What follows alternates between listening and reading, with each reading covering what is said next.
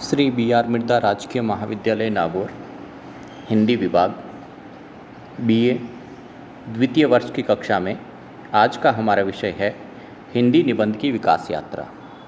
इससे पहले हम निबंध के शाब्दिक अर्थ और उसकी परिभाषा के बारे में पढ़ चुके हैं। रिवाइज के रूप में हम एक बार फिर से इनकी परिभाषा को दोहराते हैं। मोंटेन, जिनको आधुनिक निबंध का जन्मदाता माना जाता है, उन्होंने निबंध को परिभाषित करते हुए लिखा है, निबंध विचारों, उद्धरणों और कथाओं का मिश्रण है। आचार्य रामचंद्र शुक्ल इसकी परिभाषा देते हुए लिखते हैं, आधुनिक पाश्चात्य लक्षणों के अनुसार निबंध उसी को कहना चाहिए जिसमें व्यक्तित्व या व्यक्तिगत विशेषता हो। निबंध, लेख, संदर्भ और रचना, इनमें मूलभूत रूप से जो अंतर है उनकी चर्चा हम कल की क्लास में कर चुके हैं। इसके बाद में निबंध की विशेषताएं, बाबू गुलाब राय ने निबंधों की 5 विशेषताएं या लक्षण बताए हैं। पहला है संक्षिप्त गद्य रचना। दूसरा लक्षण है निबंध में निजीपन और व्यक्तित्व की झलक होती है। तीसरी विशेषता अपूर्णता और स्वच्छंदता होते हुए भी स्वतः पूर्णता। अगली विशेषता रोचकता और सजीवता, और 5वीं विशेषता है स्वगत भावाभिव्यक्ति, यानी लेखक खुद से ही अपने भावों और विचारों को अभिव्यक्त करता है। इसके लिए उसे किसी पात्र या चरित्र चित्रण की आवश्यकता नहीं होती। आज हम बात करेंगे निबंध के प्रकार के बारे में। डॉक्टर गणपति चंद्र गुप्त के अनुसार निबंध मुख्य रूप से 4 प्रकार के होते हैं।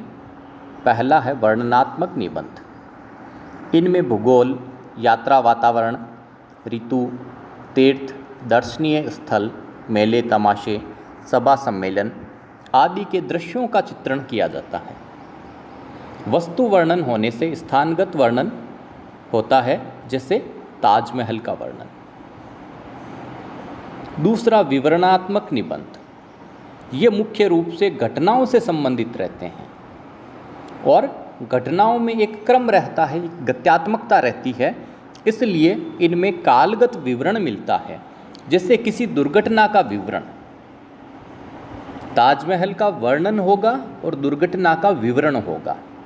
ये मुख्य रूप से अंतर है वर्णनात्मक और विवरणात्मक निबंध में। अगला प्रकार है विचारात्मक निबंध।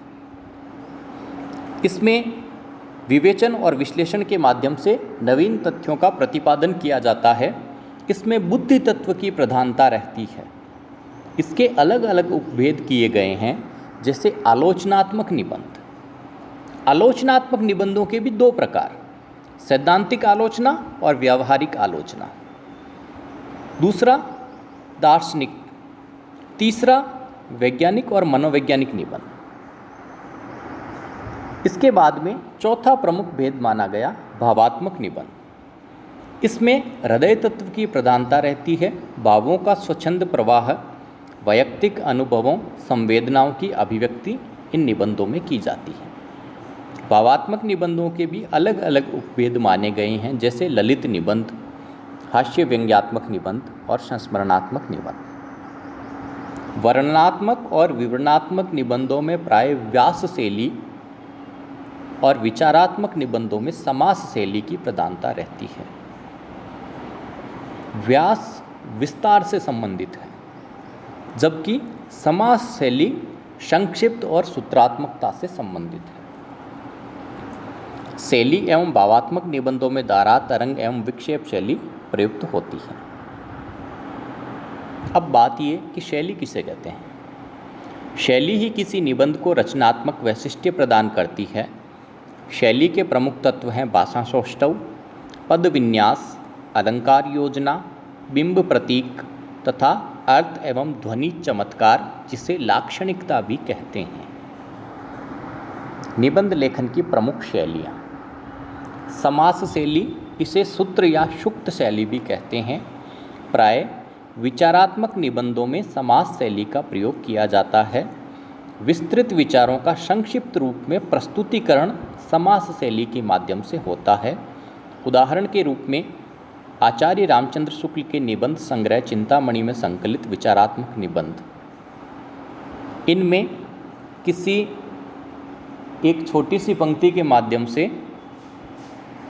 पूरे विषय वस्तु को प्रस्तुत कर दिया जाता है, सूत्र रूप में प्रस्तुत कर दिया जाता है। जैसे रामचंद्र शुक्ल ये लिखते हैं, बेर क्रोध का अचार या मुरब्बा है। अब पाठक अपने आप इस चीज़ को समझेगा कि किस तरह क्रोध बेर में बदल जाता है, दुश्मनी में बदल जाता है। इसकी व्याख्या भी हमें बाद की पंक्तियों में मिलती है, लेकिन पाठक को खुद के सोचने के लिए खूब सारा अवकाश इस प्रकार के निबंधों में मिलता है। इन निबंधों में बातों को सूत्र या सूक्ति के रूप में कहा जाता है। दूसरा है व्यास शैली। प्राय वर्णनात्मक और विवरणात्मक निबंधों में गंभीर चिंतन का प्रवाह दिखाई देता है। तथ्य या विचारों का विस्तृत विवेचन व्यास शैली के माध्यम से किया जाता है। जैसे महावीर प्रसाद द्विवेदी का निबंध कालिदास की निरंकुशता। भावात्मक शैली, जिसमें हृदय तत्व की प्रधानता रहती है। इसके 3 उपभेद हैं। तरंग शैली, जिसमें भावों की तरंगे और उतार चढ़ाव रहता है। धारा शैली, जिसमें भावों का निरंतर प्रवाह रहता है। और विक्षेप शैली, जिसमें भावों का तारतम्य और नियंत्रण स्थापित करने का प्रयास किया जाता है। अगली शैली है हास्य व्यंग्यात्मक शैली। इस प्रकार के निबंधों में लाक्षणिकता यानी लक्षणा शब्द शक्ति का प्रयोग, उक्ति वैचित्र्य यानी विचित्र तरह की उक्ति, चमत्कार प्रदर्शन, प्रतीकात्मक माध्यम से सामयिक विषयों का विनोदपूर्ण सरस चित्रण किया जाता है। जैसे चंद्रधर शर्मा गुलेरी का निबंध कछुआ धर्म। इस निबंध में वो धर्म की कुरीतियों, धर्म के आडंबर और अंधविश्वासों के संबंध में लिखते हैं, यह कछुआ धर्म का भाई शतुर्मुर्ग धर्म है। आलंकारिक शैली में तत्सम प्रदान, कोमलकांत पदावली में अर्थ चमत्कारिकता, उक्ति वैचित्र्य एवं उपमा, रूपक आदि का सुंदर समन्वय किया जाता है। भाषा में कुछ बनावटीपन होता है, जैसे बद्री नारायण चौधरी प्रेमगन के निबंध। आलोचनात्मक शैली में साहित्यिक विषयों के गुण दोषों का उद्घाटन कर मूल्यांकन किया जाता है। यह चिंतन प्रधान शैली है, जिसमें तर्क और विश्लेषण की प्रधानता होती है। चिंतन की गंभीरता और सुव्यवस्थित भाषा इसमें दिखाई देती है। इसके 2 रूप मुख्य हैं, सैद्धांतिक समीक्षा और व्यावहारिक समीक्षा। उदाहरण, आचार्य रामचंद्र शुक्ल का निबंध कविता क्या है। इसकी एक पंक्ति द्रष्टव्य है, हृदय की इसी मुक्ति साधना के लिए मनुष्य की वाणी जो शब्द विधान करती आई है उसे कविता कहते हैं। यहाँ शुक्ल जी कविता की परिभाषा और उसके लक्षणों को बताते हैं, कविता के उद्भव और विकास का संकेत करते हैं। ललित शैली, इसमें भावुकता और कल्पना की प्रधानता होती है। स्वानुभूति की स्वच्छंदतापूर्वक अभिव्यक्ति होती है, जिसमें आत्मतत्व यानी वैयक्तिकता की प्रबलता इतनी होती है कि स्वयं निबंधकार ही विषय सामग्री बन जाता है। इसमें मधुर भावों के अनुरूप कोमलकांत पदावली में प्रकृति, संस्कृति, मनोभाव आदि को विषय बनाया जाता है। अब बात करते हैं हिंदी निबंध की पूर्व परंपरा। 11वीं शताब्दी में ब्रज भाषा में टीका साहित्य की परंपरा का प्रवर्तन हुआ, जिसमें खंडन मंडन और तर्क के द्वारा विषय की स्थापना से सिद्धांतों का प्रतिपादन होता था। आचार्य हजारी प्रसाद द्विवेदी ये मानते हैं कि टीका की इस नई शाखा को हम निबंध साहित्य कह सकते हैं। हिंदी के प्रथम निबंधकार के बारे में मतैक्य नहीं है।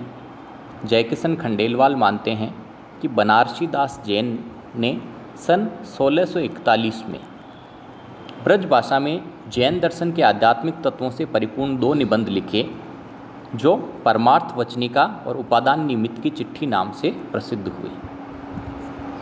आचार्य रामचंद्र शुक्ल भारतेंदु हरिश्चंद्र के हरिश्चंद्र मैगजीन में प्रकाशित निबंधों को हिंदी के शुरुआती निबंध के रूप में मान्यता देते हैं। वैसे आधुनिक निबंध की अगर बात करें तो इसका आरंभ हम भारतेंदु युग से ही मानते हैं। हिंदी निबंध की विकास यात्रा, इसका पहला सोपान है सन 1850 से 1900 तक का भारतेंदु युग। इस युग के निबंधों की प्रमुख प्रवृत्तियां हैं। ये निबंध पत्र पत्रिकाओं में प्रकाशित हुए। इन निबंधों में विषय की विविधता है। राजनीतिक, धार्मिक, सामाजिक, आर्थिक, हर तरह के विषय को निबंधकारों ने अपनाया है। इन निबंधों में राष्ट्रीय और सांस्कृतिक जागरण का स्वर दिखाई देता है। ये निबंध जन जीवन के समीप हैं। हास्य व्यंग्यात्मकता इस युग के निबंधों की एक प्रमुख विशेषता है। ये निबंध दोहरी उपयोगिता रखते हैं। इनका एक उपयोग या महत्व है स्वस्थ मनोरंजन, और दूसरी इनकी उपयोगिता है सामाजिक, आर्थिक और राजनीतिक धार्मिक विसंगतियों का उद्घाटन करते हुए नव चेतना का संचार करना। इस युग के निबंधों में वैयक्तिकता है और आत्माभिव्यंजना यानी अपनी बात को कहने से उत्पन्न रोचकता में सामाजिक उपयोगिता का समन्वय भी है। निबंधकार अपनी बात कहता है, अपने तरीके से कहता है, लेकिन फिर भी सामाजिक उपयोगिता का उद्देश्य उसकी दृष्टि में बराबर बना रहता है। व्याकरण की दृष्टि से शुद्धता की उपेक्षा इन निबंधों में मिलती है, लेकिन हार्दिक भावों का सहज प्रकाशन इस युग के निबंध की एक प्रमुख विशेषता है। इन निबंधों में मनमोजीपन है, अक्खड़ता है, मौलिकता है और स्वच्छंद भावाभिव्यक्ति भी है। शैली वैविध्य, इस युग के निबंधों में शैली के अलग अलग प्रकार हमें देखने को मिलते हैं। गूढ़तम विषयों से लेकर नाक, कान आदि को प्रतिपाद्य बनाकर सरस, सुबोध, मनोरंजक शैली में प्रस्तुतिकरण किया गया है। कहीं कहीं कलात्मक, अलंकृत, कहीं सपाट शैली, भाषा में लाक्षणिकता, उक्ति वैचित्र्य का स्वाभाविक समन्वय, बोलचाल की मुहावरेदार भाषा में सहज प्रवाह आदि इस युग के निबंधों की अन्य विशेषताएं हैं। आचार्य शुक्ल ये कहते हैं, यह युग बच्चे के समान हंसता खेलता आया था, जिसमें बच्चों की सी निश्चलता, अक्खड़पन, सरलता और तन्मयता थी। भारतेंदु युग के प्रमुख निबंधकार और उनकी रचनाओं के बारे में हम कल चर्चा करेंगे।